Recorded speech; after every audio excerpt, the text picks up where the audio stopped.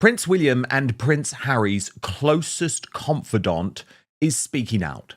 And this is really interesting because it raises the prospect for a potential reunion at some stage between the brothers, which is certainly not something that I want to hear. And it's probably, I imagine, something that you don't want to hear. But Jamie Lowther Pinkerton really matters. Because in terms of people who are not actual blood relatives, no one is closer than this man to both brothers. He was there right from the beginning. He had a close relationship too with the late Queen Mother, with the late Princess Diana, so he was always someone the brothers trusted.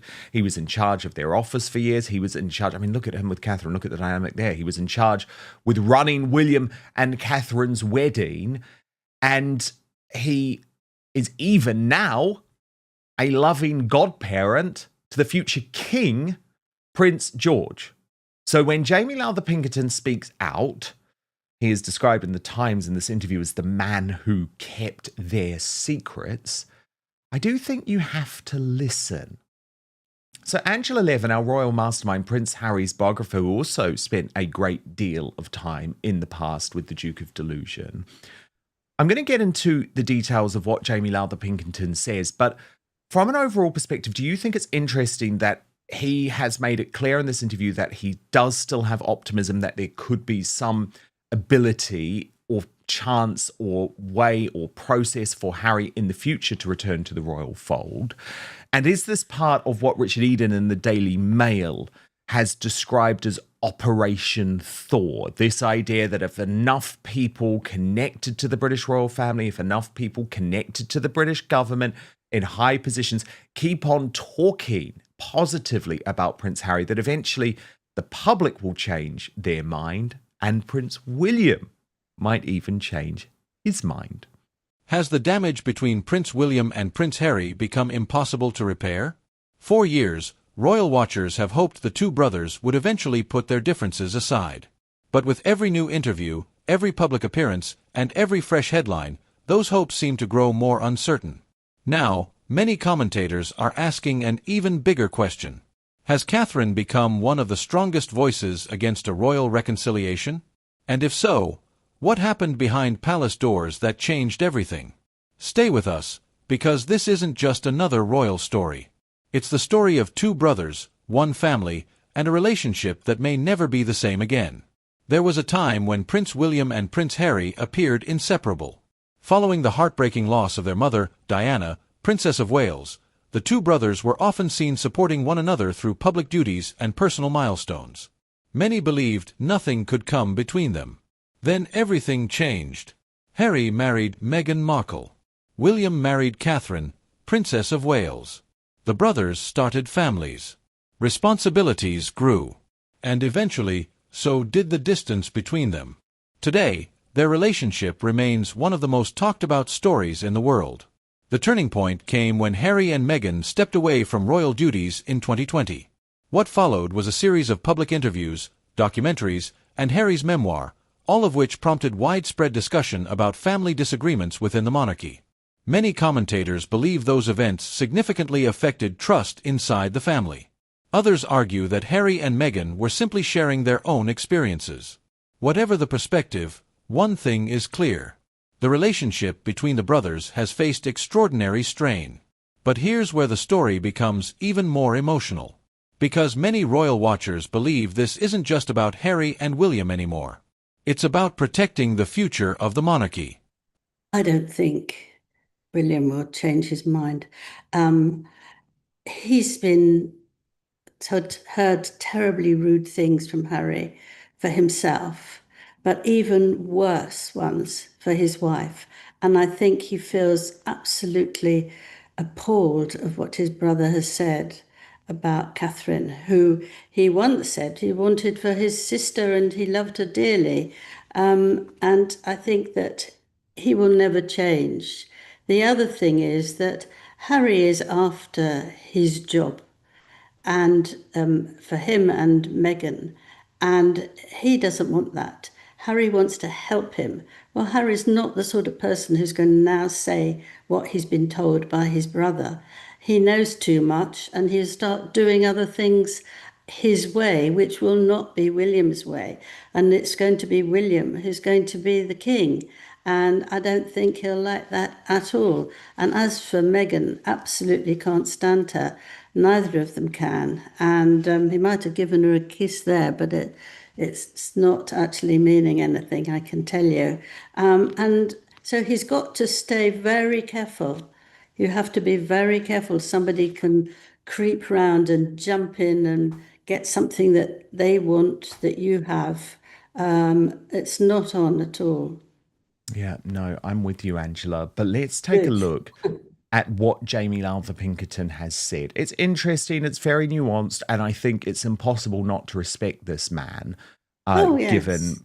given all of his experience. And so he talks about being hauled out of retirement to be the herder of cats for the King's coronation in 2023 when he looked after his godson, Prince George, and all the pages, including the Queen's grandsons, Gus and Louis Lopez and Freddie Parker Bowles. We spent a week together, Lowther Pinkerton says. We had such fun because we had to do our business, but then we went and looked at the Imperial War Museum. They were all charming boys, really charming, so well behaved, totally different from what I was like. I've been sort of a scallywag. And Kate Mancy went on to report Lowther Pinkerton's domestic setup gives a little away about his past life, having dined with Princess Diana aboard the Royal Yacht Britannia. He helped to change the shape of the military careers of both Prince William and Harry, and was responsible for showing Kate Middleton the ropes when she married into the royal family. By the way, isn't it terrible that the Times newspaper still refers to Catherine as Kate? Just a little side note. This is what he said about William, Jamie Lowther Pinkerton. I always saw him as the Lion King, a natural-born leader surveying his territory from a rock. Harry, meanwhile, was more a mischievous cub scampering around. I loved them both, he says sincerely. From 2005 to 2013, I mean, a very long time, even by royal standards, Lowther Pinkerton was full-time principal private secretary to the princes and held that post part-time for another year after that. When he started, William was 22 and Harry 20. It meant that Lowther Pinkerton was the only courtier whose job required them to ride a trail bike at speed to keep up with his charges. A crucial part of his role was to help steer the boys, he calls them boys, through their military careers. Brave guys, he says, of both William and Harry. When they were soldiers, it was important that they did it right and properly. That's how I saw that 10 years I had with them, primarily to get it right, so they could say, as my Anglo-Irish father used to say, I've known the days I've done it. Harry went on operations in Afghanistan twice. And for William, you can look anybody in the eye if you're flying a Sea King on a fixed bearing through a Force 8, Force 9 out in the middle of the Irish Sea or the North Atlantic to pick up a sick crewman, or fly up against the cliff face of Snowdonia in gusts. Lowther Pinkerton is widely credited for getting Harry into Afghanistan under the radar for 2 successful tours of duty. He now reveals that he also battled officials repeatedly to give William the chance to serve in Afghanistan, but was blocked on security grounds. So, Angela, absolutely fascinating, because it does remain, and it remained one of the fault lines between the brothers for many years. And having written Harry's biography, how proud he was of his service. But it was always, I guess, a bitter point for William that he was not allowed to actually see that real frontline duty in Afghanistan or Iraq, because the Queen, I believe, the late Queen Elizabeth II, quite rightly said, no, he's directly in line to the throne. He's the second in line to the throne. Yeah. Personally, Angela, I backed her decision, but it did mean a lot, didn't it, for Harry, the fact that he actually got to do that and William didn't. It was one of the, I guess it was one of the moments where he felt like, as spare, it was a benefit.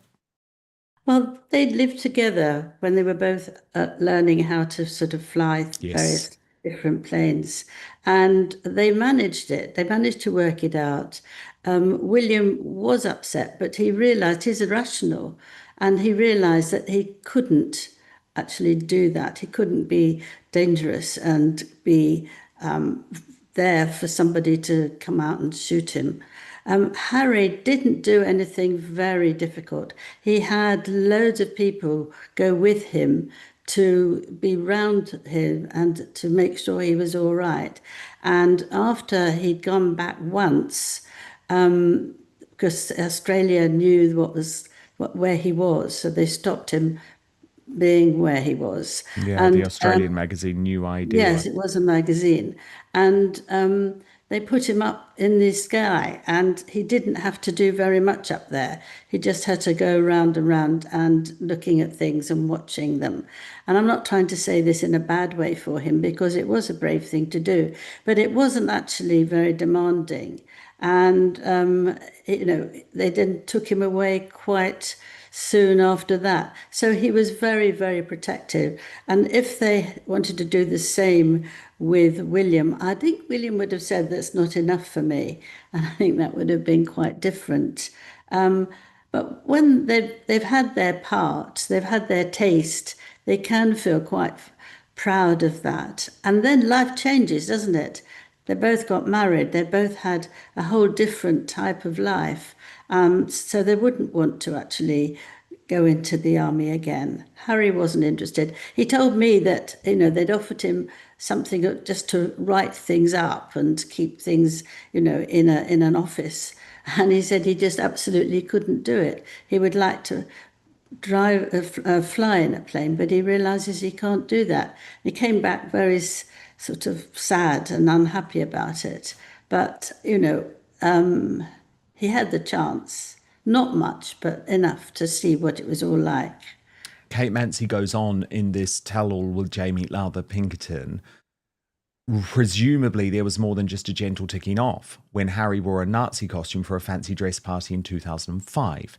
It was Lowther Pinkerton who helped the prince to make amends, organising an educational trip to Berlin to meet Auschwitz survivors. When I ask about Harry, his rift with William, and whether he thinks the brothers will be reconciled, Lowther Pinkerton frowns so deeply that his forehead crinkles as if he's trying to solve a very difficult problem. "Do you know what?" he says finally. "I think I'd better steer clear of that Harry issue." After a pause, he adds, "What I would say is that I was and am very fond of him. He has huge redeeming features, and I'm a perennial optimist." So, Angela, that is the line that has been taken, given Lowther Pinkerton does know both men so well, Yes. that there is at least some hope. Is that your reading of it? Yes, well, what Harry did, which I was very pleased to hear, is that he asked to see a very important rabbi. And the rabbi came to see him, and he talked to Harry. Harry talked to him, and he After the obviously, Nazi uniform. yes, and he would give him more understanding, well, at least perhaps. And I thought that was good that he actually tried to find something that would really help him, because this person would know. And well, he blamed the thing on his brother, didn't they? They thought when they went to the fancy dress, he said he asked his brother if he could do this, and they said, "Oh yes." And so he blamed him, that it was his fault. It's a bit like Meghan. She blames everyone. He blames everyone. It's not an interesting past, but he did try not to be so much like that. He, apologise. But I think you could then see more of him, really. And what do you make of Lowther Pinkerton talking about the fact that he's still fond of Harry and he has these huge redeeming features, and that he's a perennial optimist in terms of the idea that in some way there could be some type of way to bring Harry and William back together? Do you think he is being overly optimistic there? Well, I think that if you have somebody like Harry, he was funny, he was good. I liked him a great deal when I used to traipse around with him. I laughed a lot, and I thought he was brilliant with the soldiers who'd been wounded and with young children who had very difficult lives. You know, he was that sort of a person. But he met a certain person who married him, and all that went. So now that it's nasty, it's determination, it's unkindness, and it's doing what he's told by Meghan, but actually nothing else for anyone else. He has to do it, you know, what he wants. He's determined now. He's not funny except when he's making some big joke with perhaps children, but it's very different from what he was. So I Very don't different. think He's you can come fundamentally back changed. and Yeah. find that. Yeah. But maybe he's much better than anyone else and can. Well, Kate You never Mansi know. goes on to say that Lowther Pinkerton was not one of the people who Harry raged about in Spare. Indeed, he described him as deeply calm, slightly stiff, despite his spit and polish. However, his enamelled exterior, JLP was a force, the product of Britain's finest military training, which meant, among other things, that he didn't deal in bullshit. He didn't give it, didn't take it, and everyone far and wide seemed to know. Lowther Pinkerton has also spoken out about the Crown. Remember the way the Crown terribly portrayed the Queen Mother. Well, given Lowther Pinkerton's previous role working for the Queen Mother, he actually says he is livid about that. He says, she was absolutely marvellous. I'm not a commentator on The Crown, but the travesty of that programme is not all the sort of spurious stories, but it was how they portrayed her. She was made out to be whiskey swilling, half drunk, tittering, retro, backwards looking, but she was sort of a paragon, actually, as were her staff. So did she like a drink? Yes, Lowther Pinkerton says, but would often top up with ice rather than keep pouring. For the young soldier, it was an eye-opening introduction to royal life, which included lunches with Princess Diana. He says Diana was such a breath of fresh air. Well, she actually says, hugely respectfully, my mistake, the Princess of Wales was just such a breath of fresh air. She was this in 1984, 1985, and I sat next to her both times at lunch, and she was great. She was sort of really buzzy, live wire. I loved all of the Queen Mother's very cool friends, but they were in their 80s. Yes, Diana was someone different. Years later, Harry tasked Lowther Pinkerton with obtaining information about his mother's death. In his memoir, Harry wrote, he said he had decided against showing me all the police files. He'd gone through and removed the more challenging ones for your sake. I was frustrated, but I didn't argue. If JLP didn't think I could handle them, then I probably couldn't. I thanked him for protecting me. In this tell-all, Lowther Pinkerton also talks about how Catherine and William remind him of his own parents. He says, I hope without the potato throwing, although I suspect the princess would have a pretty good aim too, if needed. She's a really cool woman. Amazing. He chose well. I think they'll be like my mum and dad. I think they're great. The Princess of Wales saw Lowther Pinkerton when she came to Suffolk in 2025 on an official engagement. When she arrived, she went to greet him with a kiss. I was so embarrassed I nearly headbutted her, he says, almost blushing. I didn't know if I should be bowing. It was so sweet of her. Lowther Pinkerton proved to be such a key figure in Prince William's formative years that he entrusted him to run the royal wedding in 2011. The wedding was great, he says. I was petrified because he had said to me early on, this is William, you're running it, and it's the closest I'll ever get to a divisional command because you had all these brilliant experts and you didn't need to do anything. You just needed to set the parameters and let the people do what they were so bloody good at. He won't leave the royal family hanging either. A rare breed of courtier, he has forever crossed the line from staff to friend. I'm going to be a better godfather, he says of Prince George, who at 12 was preparing to head to Eton College in September. It sounds awful, but I'm a better godfather when it comes time to have a bit of fun. I've got other godchildren, and I have huge fun with them when they reach a certain point. So hopefully that'll be the time when JLP comes out of the chrysalis. Buckle up, George. It's going to be a great adventure. So, Angela, lots of fascinating stuff there. Do you agree with him that the portrayal of the Queen Mother in The Crown was actually one of the biggest travesties of that Netflix series? Yes, it's terrible. And when I went to talk to Harry at the palace, he said to me, "Are you watching it?" And I said, "Yeah, I am watching it." And he said, "Well, let's talk about which ones we like." And when it came along to his Queen Mother, he was furious about it, and so was I. It was nothing like her. I met her several times, and it was very upsetting that they made to see her sort of as a silly Billy. However, she was the one who went on and on and on to persuade Charles to marry Catherine, to marry Diana. And I feel very sorry for that because it was just Baroness Fermoy and Queen Mother got together several times and they went on and on and on to get Charles to marry because they would be the people who would be the best. And she was totally unsuitable for Charles, and Charles was very unsuitable for them. So that was very sad. And of course, Diana felt very lost because her mother went off. Francis, the kid, went off and left her. And so it was very, very difficult at that time. But I thought that the programme was just awful. I forced myself to watch it. And I thought that just hadn't featured anybody correctly. So you had to go there knowing that you were just going to see some nonsense and nothing real. Oh, Angela, it's just wonderful. You've met everyone. You've met everyone. What was the Queen Mother like in person? Oh, the Queen Mother was very polite and charming and helpful. And yes, she was delightful, really. I mean, she had a little drink, but that wasn't knocking it back. And making sort of funny things, making me laugh.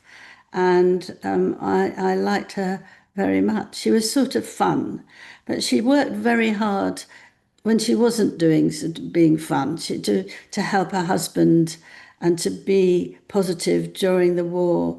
And she made sure that she would stay in the middle of London and walk around, even if the bombs are dropping, because she wasn't going to run off and be fine, safe, and the people that she knows here are going to be in terrible trouble. And so she stayed there. And I think at one point a big window crashed and they were nearly wounded. But no, she was going to be very polite. But she was very, very she spent a lot of time with her daughter, and she wanted her to try and get her room in a very nice way. And the Queen has never been interested in doing anything like that. And she tried and tried and tried. And she said, "We've got to do this, dear." And she just wouldn't do it. She's never been interested in decoration. But what Elizabeth was interested in was lining up little horses, not real ones, toy ones, outside the room, ready for her to play with in the morning. Sweet. Adorable. So Yes. was it a better experience, Angela, with the Queen Mother than when you interviewed Princess Margaret? Because Princess Margaret, who I think is also obviously a total royal legend, but she was quite tough on you in the interview, wasn't she? Over the years, Catherine has become one of the most respected members of the royal family. She has built a reputation for stability, discretion, and commitment to public service. According to various royal commentators, Catherine has also witnessed firsthand the emotional impact that years of family tension have had on William. Some believe that experience naturally makes her cautious about rebuilding trust too quickly. Others say it would be unfair to assume her private views, since neither she nor William has publicly spoken in detail about the family's personal conversations. What is clear is that Catherine has continued to focus on her public duties while largely avoiding public discussion of the dispute. Family disagreements are never easy, but imagine experiencing them while the entire world is watching. Every conversation becomes speculation. Every photograph is analyzed. Every expression is interpreted. For William and Harry, what began as a private family conflict became a global story. That level of attention can make healing even more difficult. Because rebuilding trust often requires quiet conversations, not worldwide headlines. But perhaps the biggest question isn't whether William can forgive Harry. Perhaps the real question is this: can trust ever return after years of public disagreement? Trust has become the defining issue in this royal story. Supporters of Harry believe he had the right to speak openly about his experiences. Supporters of William believe private family matters should have remained private. Between those two viewpoints lies a divide that has fueled years of headlines. Meanwhile, King Charles III continues balancing his role as monarch with his role as a father. Every report about possible meetings, phone calls, or reconciliation efforts is closely followed by audiences around the world. Because people aren't just watching a monarchy. They're watching a family trying to navigate extraordinary challenges under constant public scrutiny. Perhaps the most remarkable part of this story is that millions of people still hope for a different ending. Many remember William and Harry laughing together as young princes, standing side by side through difficult moments, supporting one another when the world expected them to be strong. Those memories continue to shape public expectations. People still wonder whether those brothers can one day find common ground again. No one outside the family knows if that day will come. But the question continues to capture the world's attention. So, will William and Catherine ever fully rebuild trust with Harry and Meghan? Or has the royal rift changed the family forever? The truth is, only those inside the family know how those relationships stand today. What we do know is that reconciliation, if it happens at all, will likely take time, patience, and private conversations away from the spotlight. Until then, every new royal development will continue to spark debate across the world. Do you believe Prince William and Prince Harry will ever truly reconcile? Or has too much happened for the relationship to return to what it once was? Share your thoughts in the comments below. And if you enjoy thoughtful royal news, palace developments, and in-depth analysis of the biggest stories involving Harry, Meghan, William, Catherine, and King Charles, don't forget to subscribe and turn on notifications. Because the next royal headline could bring a completely new chapter to this remarkable family story.